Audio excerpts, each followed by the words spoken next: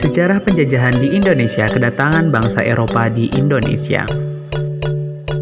Latar belakang kedatangan bangsa Eropa yang pertama, jatuhnya Konstantinopel tahun 1453 ke tangan bangsa Turki, kemajuan ilmu dan teknologi, keinginan untuk membuktikan bahwa bumi itu bulat, adanya buku Imago Mundi yang menceritakan tentang perjalanan Marco Polo ke dunia timur yang kaya akan rempah-rempah dan emas, keinginan untuk mencari daerah penghasil rempah-rempah.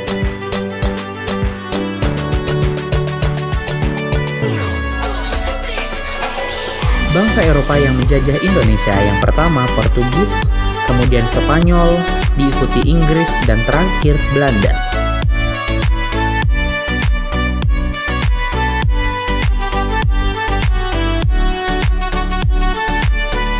Tujuan bangsa Eropa datang ke Indonesia dikenal dengan istilah 3G, Gold, Glory, dan Gospel. Gold yaitu keinginan mencari kekayaan, mencari logam mulia, emas, dan rempah-rempah. Glory mencari kejayaan, yaitu mencari daerah jajahan sebanyak-banyaknya. Dan Gospel yaitu keinginan menyebarkan agama, yaitu menyebarkan agama Nasrani.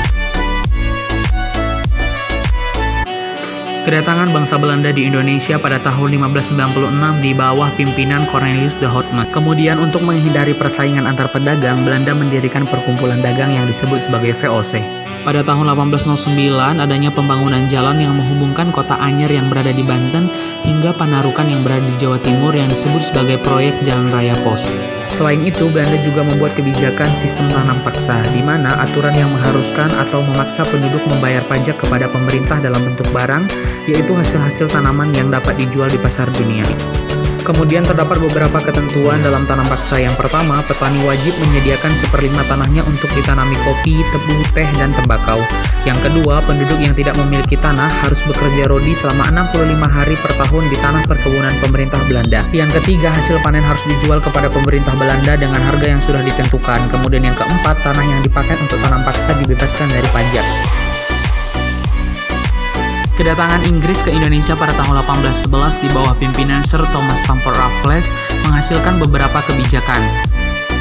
Kebijakan dalam bidang pemerintahan, bidang perekonomian,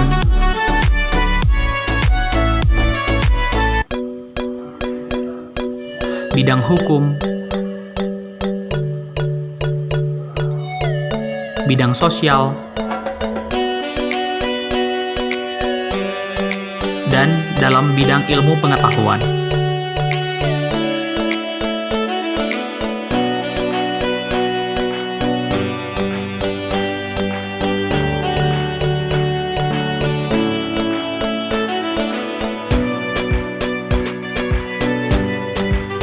Perlawanan bangsa Indonesia terhadap penjajahan. Pada masa itu, perjuangan masih bersifat kedaerahan sehingga Belanda mengadu domba semua pejuang Indonesia. Tokoh pejuang daerah yang pertama ada Sultan Agung yang berasal dari Mataram. Yang kedua ada Untung Surapati yang berasal dari Bangil, Jawa Timur. Kemudian Kapiten Patimura, pejuang yang berasal dari Maluku. Kemudian selanjutnya ada Tuanku Imam Bonjol yang berasal dari Sumatera Barat. Kemudian Pangeran Diponegoro yang berasal dari Jawa Tengah.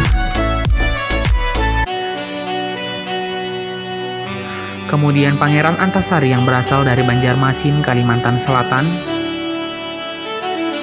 Kemudian ada Sisingamangaraja dari Sumatera Utara, tepatnya dari daerah Tapanuli. Dan yang terakhir Tengku Umar dari Aceh.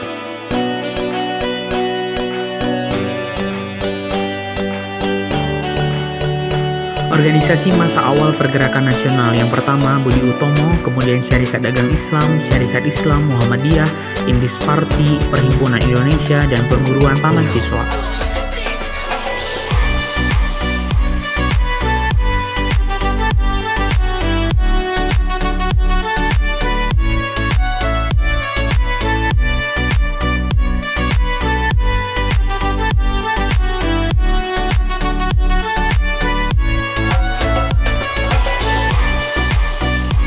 Berikut beberapa tokoh-tokoh penting pergerakan nasional dalam mengusir penjajah.